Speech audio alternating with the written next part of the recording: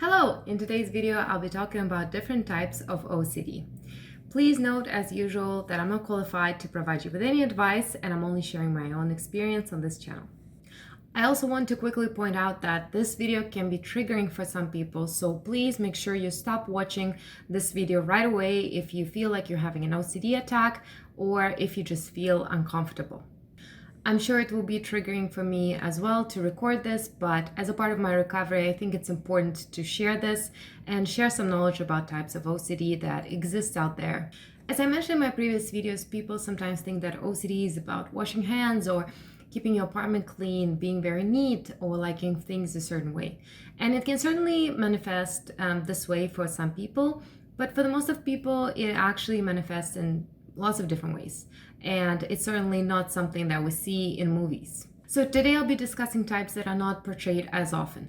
But before we dive into it, I wanted to let you know more about OCD. So Obsessive-Compulsive Disorder, it consists of obsessions, which can be intrusive thoughts or images, and compulsions that could be performed externally or internally.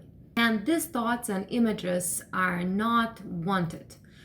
So they're unwanted, they're intrusive, and to get rid of them and to calm the anxiety, people with obsessive-compulsive disorder perform the compulsions. I also wanted to note that OCD is a chronic condition, but it can go into remission temporarily, and sometimes it can spike quite aggressively. So there are some times when you would get less intrusive thoughts, and you can actually manage and prevent yourself from doing compulsions. And there are times when you can't really manage because there are a lot of intrusive thoughts and images that pop up, and you might be performing your compulsions even more. And there are actually certain factors that affect that, and I'm planning to cover that in my future videos, so please subscribe. But for now, let's get on with the types of OCD. So the first type I wanted to share with you is harm OCD. And in harm OCD, the obsessions are intrusive, violent images or thoughts about causing a harm to someone or causing harm to yourself. As I mentioned, it's not the thoughts that you want to have, you just don't have a control over it, and it makes you feel very distressed and anxious.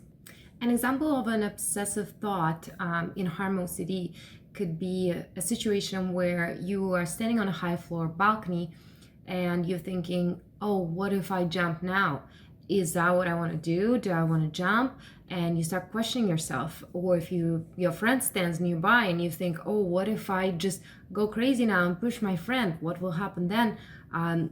Is that something that I want? And these thoughts bring a lot of anxiety to people who can't even control but think them.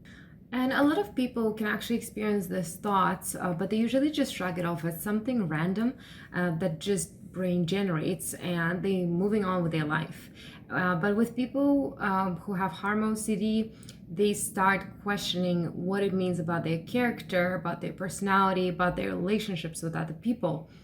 And compulsions for this type of OCD can include asking others if they think that that's something you could do, or researching traits of people who could harm someone, or just trying to talk to yourself internally and telling yourself, no, that's not something I would do, that I would ever do, that's not something that I want to do. And these are all compulsions to avoid the anxiety that these thoughts cause. Some people with harm OCD also try to hide any objects and put them away, any objects that could harm other people or that they think they might use to harm other people. And in my personal experience, I had a situation when my ex helped me hang pictures at my new place and left the hammer in my room while staying overnight. And the whole night I couldn't sleep because I was really worried that I might harm him, that maybe I will sleepwalk and use that hammer, and I just didn't sleep. And in the morning, the first thing I asked him, I said, hey, could you please get this away from me? Like, I don't want it in my house, like, please get rid of this. And he had to store it in his car, and he was very surprised and confused because in the end it was just a tool, and because I didn't really disclose what was happening there. At that point we hadn't dated for a long time, so it was really confusing for him. So the next type is sexual OCD, and with sexual OCD, obsessions could be intrusive thoughts about sex, and they're always unwanted and not pleasant at all. It's something that scares people and really puts them into anxiety spiral.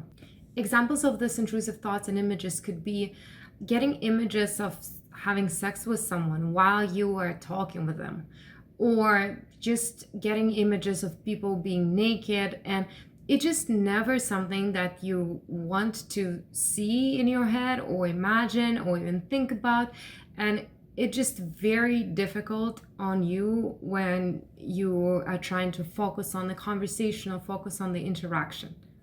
And as I said, it's never anything pleasant, and it happens with people you're not even attracted to. And in general, that's something you would love to avoid, but your brain keeps generating these images that you can't get away from. These thoughts are very stressful because they can include family, friends, and strangers. Compulsions for this type of OCD can include avoiding people who are present in these images. There's actually a TV show about a girl who has this particular type of OCD called Pure, and I'll link it in the description if you want to check it out. As for me, I haven't experienced this type of OCD a lot, but I went through a phase where I did get intrusive sexual thoughts about people that I was talking to, and it was very nerve-wracking because I couldn't focus on the conversation, and in the end I just tried to avoid them altogether. So next type is relationship OCD, and in this type of OCD, all obsessions are focused on your partner. You get intrusive thoughts like, am I really attracted to them? Do I love them? Do they love me? Are we right for each other? What will happen in the future? And the list goes on. And it's absolutely normal to question the relationship from time to time, but OCD makes it a fruitless and never-ending search for certainty, which doesn't exist. Compulsions include researching relationships online, taking relationships tests and quizzes, circular conversations that don't go anywhere, checking in with yourself to see how you feel when your partner is around or when you're being intimate, checking in with them to see how they feel when you're around or you're being intimate. And relationships are tough in general, and you would want your relationship to be a safe space when you feel good and when you can recharge. But unfortunately, with relationship OCD, it's also a big source of your stress and anxiety. And honestly, my personal example of this type of OCD is my whole dating history. In my previous relationships, I constantly questioned if I should be with my partners, if we were right for each other, if we were making a mistake by being together, and I really overanalyzed their jokes, reactions, and preferences. And actually, we weren't the right fit for each other because, well, we're not together anymore. But OCD made it feel like even the smallest thing mattered as much as the big things mattered in our relationship. Next type of OCD is moral scrupulosity OCD. And with this type, you're preoccupied with thoughts of you being an immoral person.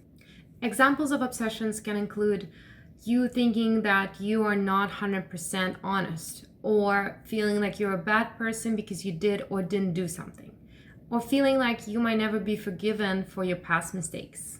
Compulsions for moral scrupulosity OCD can include confessing your mistakes to people to see if they think that's something that might be forgivable. You might also try to think of all the good things you did to make sure that you're a good person, or even ask your friends or family or anyone else if they think you're a good person. And actually reviewing the situation over and over in your head to see if how you acted was moral. I actually experience this type of OCD every time I upload a video here because I'm worried that it might offend some people or trigger them. I'm also worried if I'm providing any false information on any topic that I'm covering in these videos. And the last type I'll cover today is checking OCD. And with this type, people are worried that something bad might happen to them or other people, so they perform checking rituals. An example could be a person checking all electrical appliances before they leave the house because they're worried that they might start a fire, or checking the locks before going to bed multiple times because they're worried that someone can break into their house. I'll actually share a BBC video of a guy named Connor who suffers from what I assume to be severe harm/checking OCD. He records himself every day to make sure that he didn't harm anyone during the day, and I'll share the link in the description. It's absolutely devastating to see people like Connor suffering like this. I'm sure he's a great guy and he wouldn't hurt a fly, but unfortunately his condition creates a lot of anxiety and distress in his life. As for my personal examples, when my OCD spikes, I do what I mentioned earlier, checking all electric appliances, dryer, dishwasher, oven, you name it, I'm on it, and checking the locks because I'm worried that somebody might break into my place. But usually when I don't have OCD spike, I can manage pretty well and maybe check twice before leaving my house or going to bed. To sum up, there are various types of OCD. We just covered a few of them today. And since it's a lifelong condition, you can experience multiple themes changing over your lifetime. I hope you found this video helpful. If you have any questions or suggestions, please leave them in the comments section. And if you like this video, please do leave a like and subscribe to my channel. And since I'm recording this video so close to the holidays, I wish you and your family happy holidays. I hope you have a wonderful time. I'll see you soon. So until then, take care and have a great day.